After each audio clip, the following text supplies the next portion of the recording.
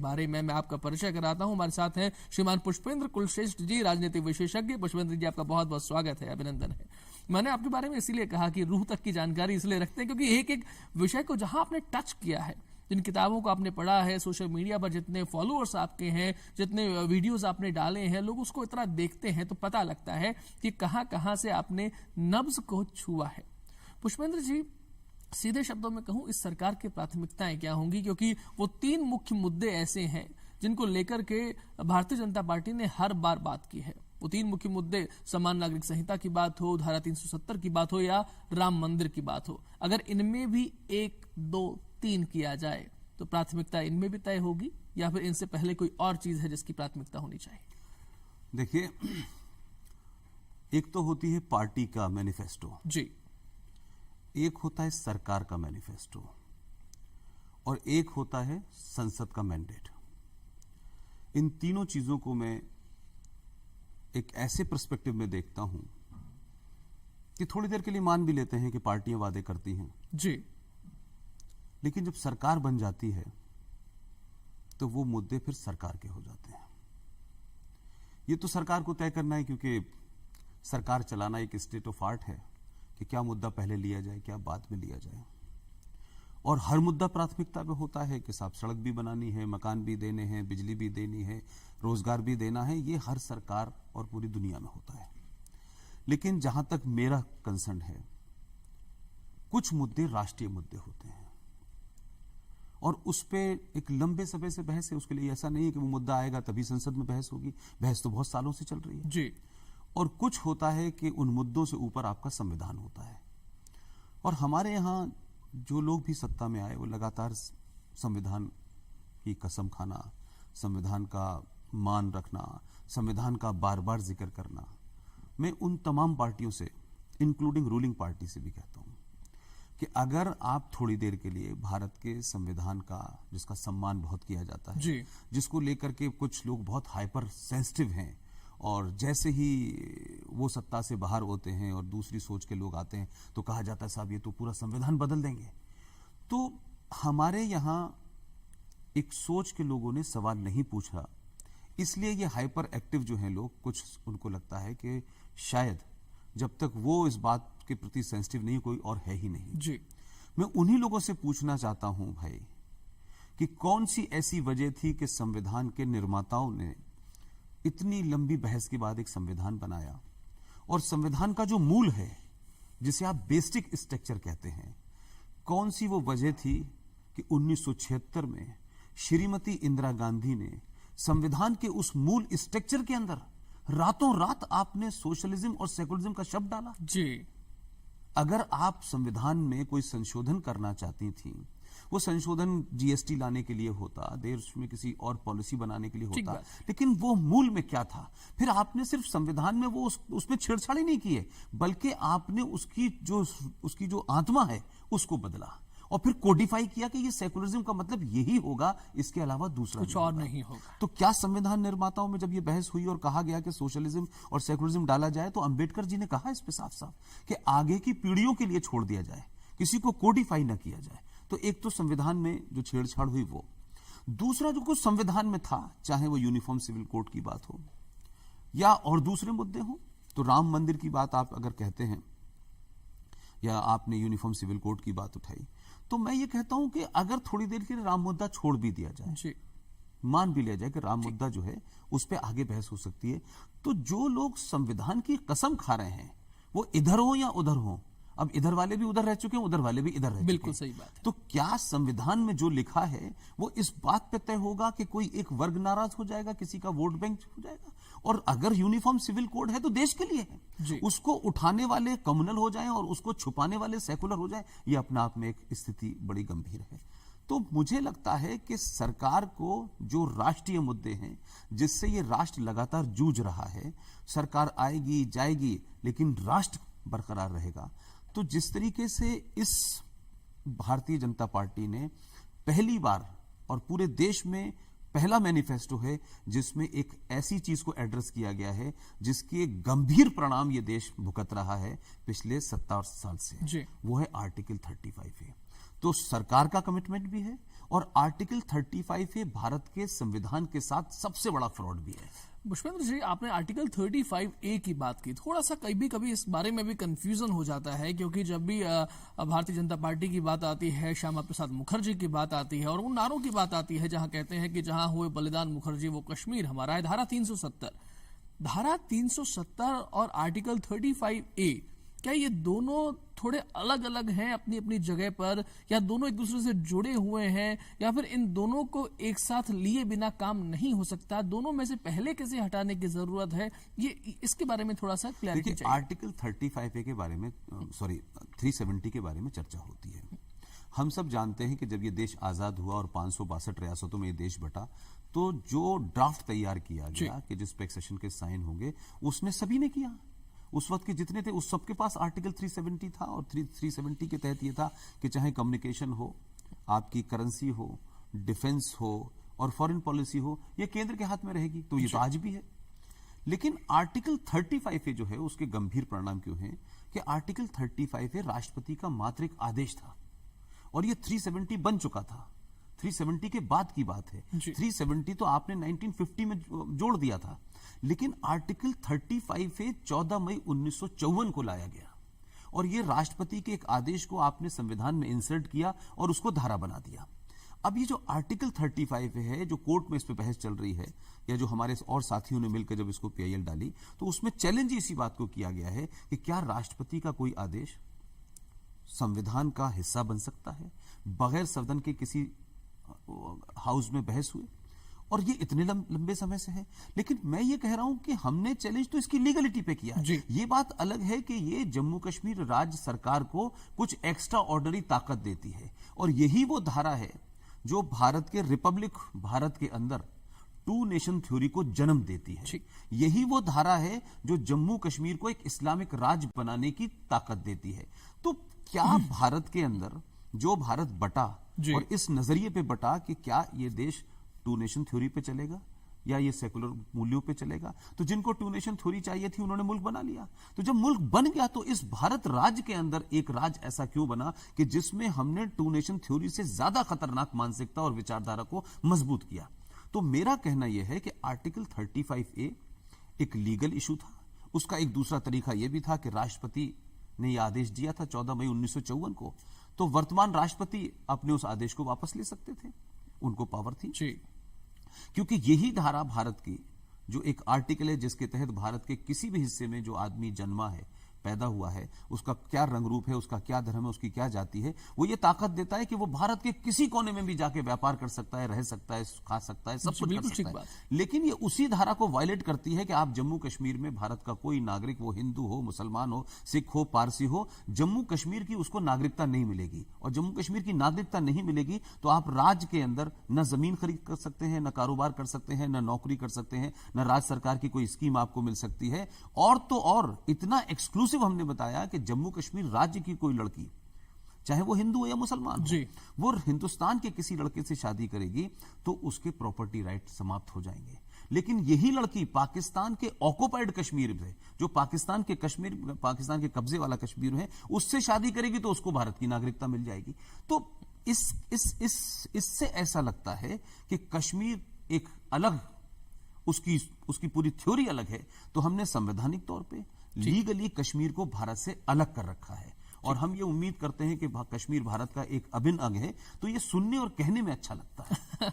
कहने सुनने में आपने जो बात बड़ी बहुत महत्वपूर्ण बात की है कि सुनने और कहने में तो अच्छा लगता है, लेकिन क्या वाकई में हम उसे चरितार्थ कर पा रहे हैं या नहीं कर पा रहे हैं? और क्या 35A को इतना इंपॉर्टेंस दे देना इसी का परिणाम है कि दिल्ली के एक बड़े विश्वविद्यालय में भारत तेरे टुकड़े होंगे और टुकड़े टुकड़े गैंग वाली एक संभावना विकसित होती है, बाहर आती है, जो मेंबर ऑफ पार्लियामेंट के चुनाव भी लड़ती है। अलग बात है कि वो उस विचारधारा को हिंदुस्तान ने दरकिनार किया और उसको हरा दिया, लेकिन वो आई तो सही सामने।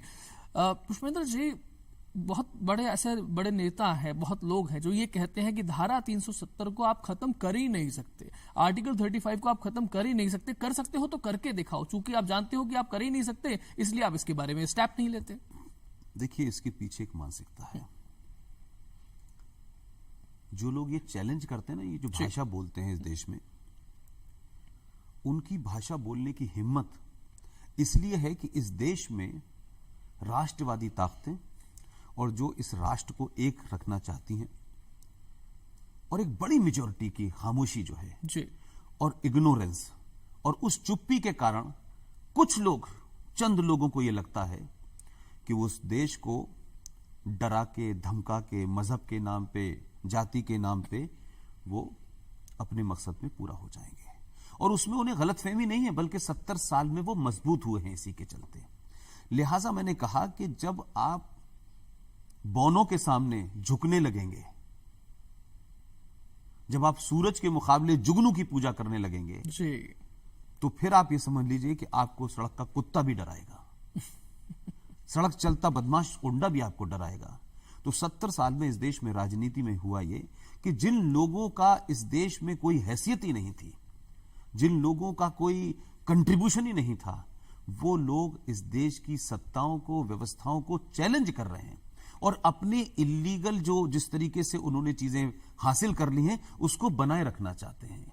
इसी चुप्पी के चलते भारत में एक मुख्यमंत्री जो भारत के संविधान की शपथ लेके मुख्यमंत्री बनती है और उस राज्य के किसी एक इशू पे सुप्रीम कोर्ट की 5 जजेस की बेंच उसके ऊपर बहस कर रही होती है और सुप्रीम कोर्ट में मुकदमा चल रहा होता है। वो किसी पॉलिटिकल पार्टी के ऑफिस में बहस नहीं चलती है, लेकिन वो मुख्यमंत्री ये कहती है कि अगर आर्टिकल 35 से छेड़छाड़ की गई, जो कि जिसके बारे में चर्चा सुप्रीम कोर्ट में चल रही है, लगातार डेट में चल रही है, वो कहती है कि जम्मू कश्मीर में तिरंगे को कंधे देने वाला नहीं होगा। जब वो ये शब्द बोलती है और उसको लगता है कि पूरे देश में वो प्रतिक्रिया नहीं हुई, लोग इग्नोरेंट हैं, तो उनकी ताकत मजबूत होती है। जी, मैं ये कह रहा हूं कि आज आप देखें कि पिछले 70 सालों से इस देश में कुछ लोगों ने ब्लैकमेलिंग की पॉलिटिक्स की। ये बात अलग है कि माहौल बदला, कुछ दूसरे पक्ष के लोगों को भी समझ में आया और कम्युनिकेशन के दौर में कुछ चीजें छुपाई नहीं जा सकती। तो आज ये तो 1954 में की थी आर्टिकल 35 है। क्या देश में लोगों ने कॉन्स्टिट्यूशन नहीं पढ़ा था, या जो लीगल ईगल थे उनको नहीं पता था? तो आखिर 4 साल से सुप्रीम कोर्ट उस पर सुनवाई कर रही है और उस पर कोई डिबेट और बहस तो होनी नहीं है। सिंपल सी बात है, अगर उस पर फैसला है तो सुप्रीम कोर्ट या इधर दे दे या इधर दे दे। लेकिन ये जो ब्लैकमेलिंग है फारूक अब्दुल्ला की, उमर अब्दुल्ला की, मुफ्ती की, अरे साहब हम ऐसा कर देंगे, 1947 जैसे हालात कर देंगे, वो इसलिए झूठ बोल रहे हैं कि आप में से या देश में लोगों ने जम्मू कश्मीर राज्य का संविधान भी नहीं पढ़ा है। जम्मू कश्मीर राज्य का संविधान जो 1957 में बना, उस संविधान का जो प्रीएम्बल है उस प्रीएम्बल के सेक्शन 3 में क्या लिखा हुआ है। इसलिए कि देखिए, कुछ चीजें पढ़ी नहीं गई, बताई नहीं गई, साइलेंटली बताई गई, कॉन्शियसली नहीं बताई गई। उस आर्टिकल में लिखा हुआ है, जो जम्मू कश्मीर का प्रीएम्बल सेक्शन 3 है, वो ये कहता है कि जम्मू कश्मीर जो भारत का है और जो पाकिस्तान के कब्जे वाला कश्मीर है, पूरा कश्मीर भारत का अभिन्न अंग है। ये जम्मू कश्मीर के संविधान में लिखा हुआ है। संविधान में लिखा हुआ है, लेकिन हम शायद उस संविधान को, चूंकि उसके बारे में चर्चा नहीं हुई, हमें पता भी नहीं होता। पाकिस्तान ऑक्यूपाइड के बारे में भी सरकार की प्राथमिकता हो सकती है और शायद यही एक कारण है कि जब पुष्पेंद्र जी कहते हैं कि भाई वो प्रतिक्रिया नहीं आती है, जब वो कहते हैं कि तिरंगे को कंधे देने वाला नहीं रहेगा, और वो प्रतिक्रिया तब भी नहीं आती है जब हम देखते हैं कि सिनेमा हॉल्स में राष्ट्रगान को बजाना है और कुछ लोग उसका विरोध करते हैं, कभी कुछ लोग वंदे मातरम का विरोध करते हैं। तो शायद पुष्पेंद्र जी ये लोग वो हैं जो तौल रहे हैं कि कब ये जागेंगे। क्या वाकई में हिंदुस्तान में दबंगई की जरूरत है कि वो दबंग राजनीतिक नेतृत्व आए और डंडे के जोर पर कुछ लोगों को उनका स्टेटस बताए कि तुम हो कौन और तुमने क्या कर दिया? देखिए, एक बात कश्मीर की कह के मैं बात आगे बढ़ना चाहता हूं कि देखिए, मैं राजनीतिक लोगों से बहुत ज्यादा उम्मीद नहीं करता, और ये जो हमारी मानसिकता है कि राजनीतिक लोग और सरकारी सब कुछ करेगी, दुनिया के किसी देश में भी आप देखें जहां का समाज जागृत होता है, जहां का समाज अपने देश के बारे में सोचता है, सरकारें मजबूर होती हैं सोचने से। लेकिन हमारे यहां लोग वोट देने के बाद ये उम्मीद करते हैं कि अब सरकार का काम है, जो करना है तुम करो। तो ये मानसिकता के चलते लोग सत्ता में आए, उन्होंने वो सब किया। लेकिन एक घटना इस देश में बहुत महत्वपूर्ण है, इसलिए मैंने कहा कि संविधान को भी इग्नोर किया गया और संसद को भी इग्नोर किया गया। ये घटना के बारे में जिक्र नहीं किया किसी ने, और इत्तेफाक से उस वक्त जो सरकार डिस्पेंसेशन आज है, उस वक्त वो सत्ता में नहीं था। 22 फरवरी 1994 को भारत के संसद के दोनों सदनों में पूर्ण सहमति के साथ एक प्रस्ताव पारित हुआ और उस वक्त देश के प्रधानमंत्री थे पीवी नरसिम्हा राव। पीवी नरसिम्हा राव ने एक बयान दिया और उन्होंने कहा कि भारत और पाकिस्तान के बीच में कश्मीर एक डिस्प्यूट है और इस पे बातचीत होनी चाहिए।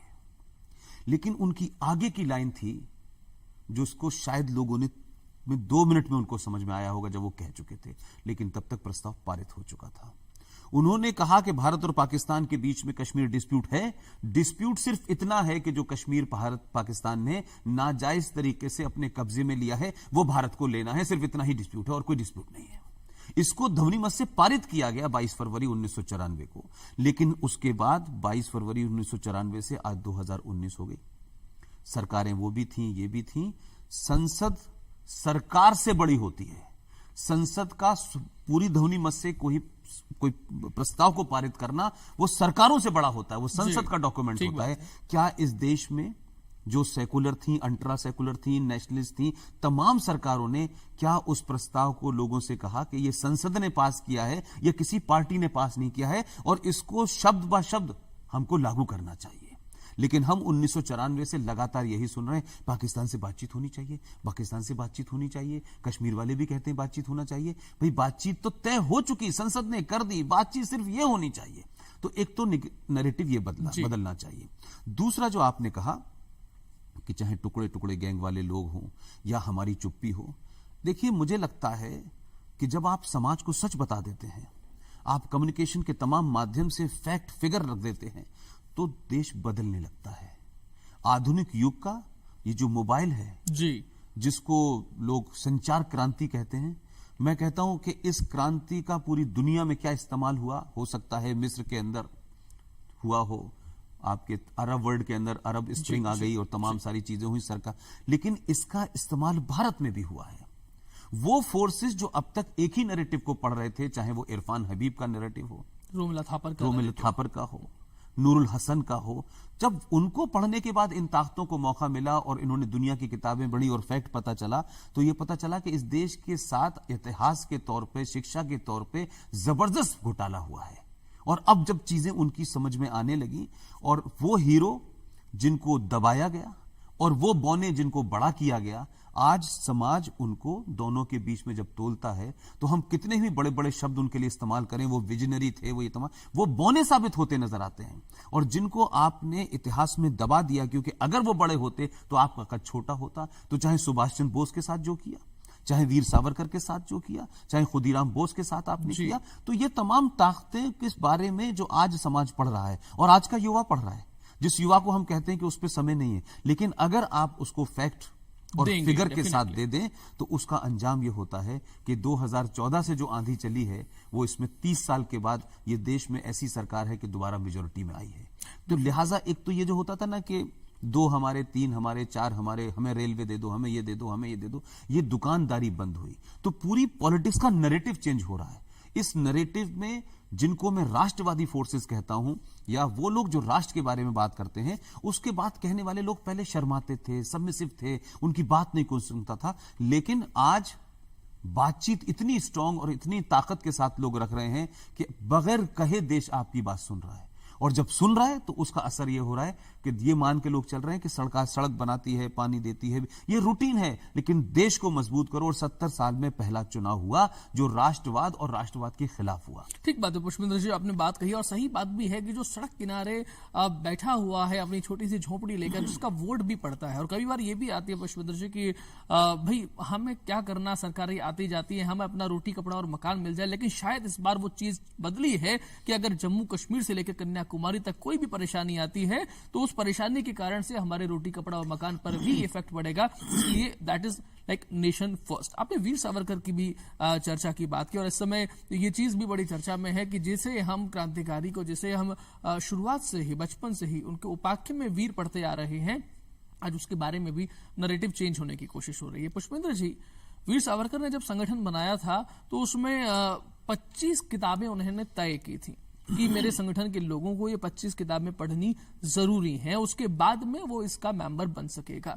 परेशानी की बात ये आती है कि आज का हमारा जो एजुकेशन सिस्टम है, वहां पर हम अपने जीविकोपार्जन के अलावा कुछ पढ़ नहीं पाते हैं और शायद इसलिए हम तथाकथित पढ़े लिखे होते हुए भी अनपढ़ जैसे रह जाते हैं। जब तक वह मानसिकता इतनी स्ट्रांग नहीं होगी, एजुकेशन सिस्टम में बहुत आमूल चूल तरीके से बदलाव नहीं होगा, तो कभी वीर सावरकर, कभी सुभाष चंद्र बोस, कभी लाल बहादुर शास्त्री, ऐसे लगातार कोई ना कोई बातें आती रहेंगी और हमारा ध्यान जो है वो सही मुद्दों से भटकाती रहेगी। देखिए, शिक्षा पद्धति के बारे में या शिक्षा की जो हमारे यहाँ नीति बनी, एक बड़ा नैरेटिव ऐसा क्रिएट किया गया कि अंग्रेजों ने, मैकाले ने जो शिक्षा दी उससे हम खराब हो गए। लेकिन मैकाले तो 47 में चले गए थे। बिल्कुल। अब ये दुर्भाग्य है कि मैकाले की कार्बन कॉपियों के लोग सत्ता पे बैठे, लेकिन भारत के पहले शिक्षा मंत्री वो तो मक्का में पैदा हुए थे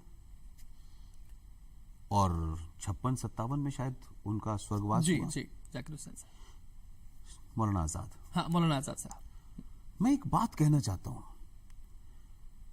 अगर आपका टीचर जी, जो जिसको आप अपना आइडियल मानते हैं, अगर आपको यह पता चल जाए कि यह डरपोक है और झूठा है, और कई साल बाद पता चले आपको जब आप बड़े हो जाएं, तो आपको हमेशा यह रहेगा कि मुझे एक ऐसे आदमी ने पढ़ाया जो अपने समय में सच बात नहीं कह पा रहा था। भारत के पहले शिक्षा मंत्री, क्योंकि हमारे यहां लोग कुछ बातों को बोलने से कतराते हैं, लगता है अरे नहीं ये नहीं, डोंट टच, नहीं, ये तो कुछ ऊपर के लोग हैं, इसलिए गांधी जी के बारे में बात करते ही लोग डरने लगते हैं। ठीक है, गांधी जी राष्ट्रपिता हैं, जिन्होंने बनाया, हमको तो पता नहीं वो राष्ट्रपिता हमारे कब बने, लेकिन अगर वो कह भी दिया गया तो चर्चा जिस देश में राम और सीता पे हो जाती हो, उनके चरित्र पे बात होने लगती हो, तो भाई तो फिर तो गांधी जी पे भी बात होनी चाहिए, किसी पर भी बात हो। तो मौलाना आजाद अपने दौर में किताब लिखते हैं, इंडिया विंस फ्रीडम। अच्छा। और वो किताब शाया हो जाती है।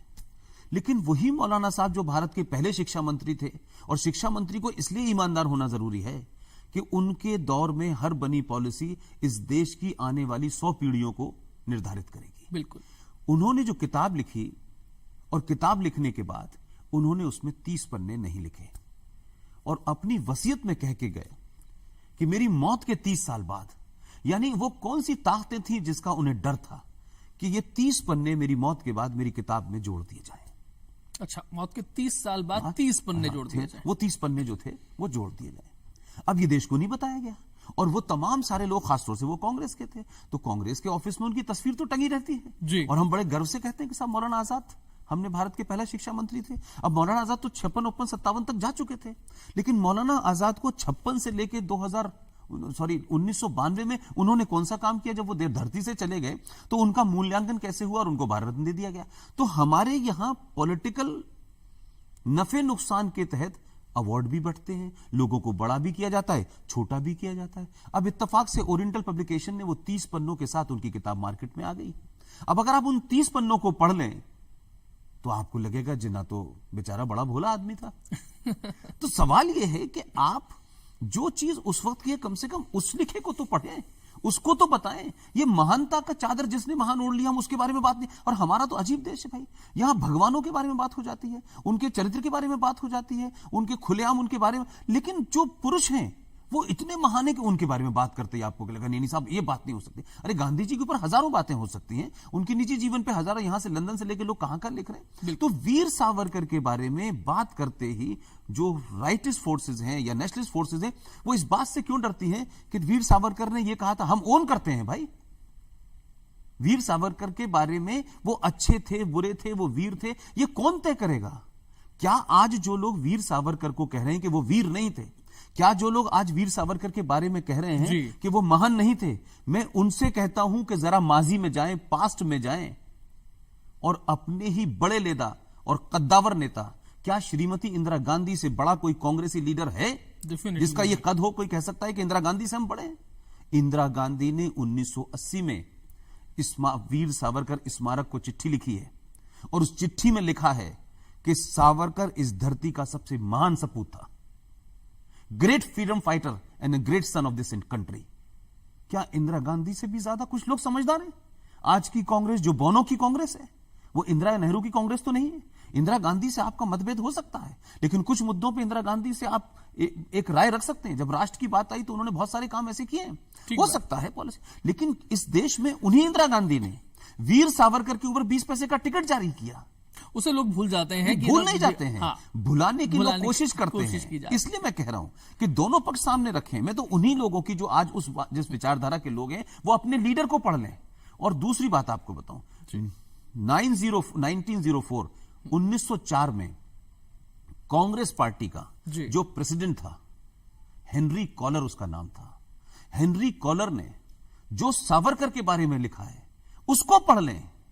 वो अंग्रेज तो बीजेपी और आरएसएस का नहीं था, बिल्कुल ठीक वो तो हिंदूवादी नहीं था। तो हम सेलेक्टिव मेमोरी के साथ अंग्रेज को पढ़ेंगे, सेलेक्टिव मेमोरी के साथ हम हिंदू को पढ़ेंगे, सेलेक्टिव मेमोरी के साथ हम इतिहास को पढ़ेंगे। इसलिए मुझे लगता है कि इस देश में शिक्षा, इस देश में डिफेंस और इस देश की फॉरेन पॉलिसी राजनीतिक दलों और पार्टियों से अलग होनी चाहिए। उसकी एक राष्ट्रीय पॉलिसी होनी चाहिए, उसमें एक्सपर्ट्स होने चाहिए। ये रोज एक आता है कि पाकिस्तान के साथ हम बात करेंगे, पाकिस्तान के नहीं करेंगे। हमारे पास में होने चाहिए और कुछ मुद्दे ऐसे हैं जो सीधा सीधा राष्ट्रीय महत्व के मुद्दे हैं जिन्हें तय करना चाहिए और जिसके लिए हमें पढ़ना चाहिए और उन लोगों को सुनना चाहिए जिनके सुनने से कहीं हमारी रूह तक एक छवि नजर आती है कि हिंदुस्तान किस तरीके का हो सकता है, किस तरीके का बन सकता है। हमारे पास समय खत्म हो चुका है। पुष्पेंद्र जी, मैं आपसे अंतिम संदेश लेना चाहूंगा कि क्या जब अमित शाह कहते हैं कि भाई हमारी सरकार आते ही धारा 370 खत्म हो जाएगी या फिर राम मंदिर का मुद्दा अध्यादेश के जरिए सुलझाया जाएगा, तो क्या हम शुरुआती 100 दिनों में ऐसी कोई बात देख सकते हैं? बहुत संक्षिप्त। मैं मानता हूं कि सरकार के लिए हम लोगों को समय सीमा नहीं तय करनी चाहिए, इसलिए कि सरकार 5 साल रही है जी। देखिए, इस देश में सरकारें बनाना बहुत आसान है, उसको हटाना बहुत आसान है, लेकिन इस देश में व्यवस्था को बदलना बहुत मुश्किल काम है, वो परमानेंट है। मुझे लगता है कि सरकार में जो लोग आए हैं, हमें उनकी नीयत पे शक इसलिए नहीं करना चाहिए कि कम से कम 70 साल के बाद पॉलिटिक्स का नैरेटिव बदला है। अब लोग चावल और दाल और कपड़े और टीवी के ऊपर वोट नहीं दे रहे हैं।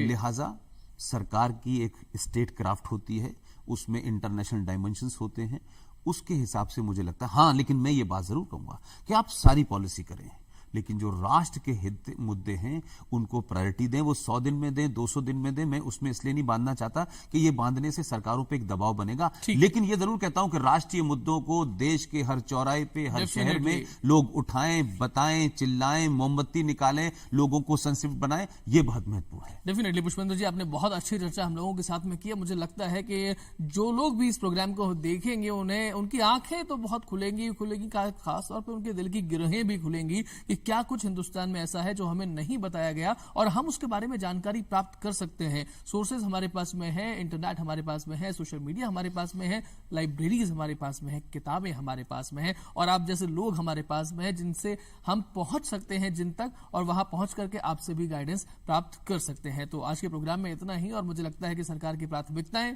सरकार समझ रही होगी और उम्मीद हम सबको है, क्योंकि उम्मीद पर दुनिया कायम है। भारत हमेशा था, भारत हमेशा है और भारत अपनी भारतीयता के साथ में हमेशा रहेगा भी। पुष्पेंद्र जी, बहुत बहुत धन्यवाद पधारने के लिए।